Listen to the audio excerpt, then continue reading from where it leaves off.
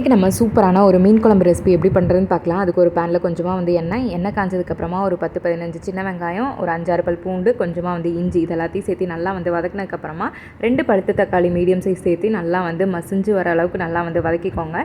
இப்போ அது கூட ஒரு 1/2 டேபிள் ஸ்பூன் மிளகு, ஒரு 1 டேபிள் ஸ்பூன் சீரகம், 1 டேபிள் ஸ்பூன் அளவுக்கு வந்து சோம்பு இதெல்லாத்தையும் சேர்த்து நல்லா வந்து 1 நிமிஷத்துக்கு வதக்கினதுக்கப்புறமா இது கூட ஒரு 1/4 டேபிள் ஸ்பூன் மஞ்சள் தூள், 1 டேபிள் ஸ்பூன் அளவுக்கு வந்து மிளகாத்தூள், 2 டேபிள் ஸ்பூன் வந்து மல்லித்தூள் இதெல்லாத்தையும் சேர்த்து நல்லா வந்து மிக்ஸ் பண்ணிவிட்டு இது ஆறினதுக்கப்புறமா மிக்ஸி ஜாரில் தண்ணி இல்லாமல் சேர்த்து நல்லா வந்து அரைச்சி எடுத்துக்கணும்.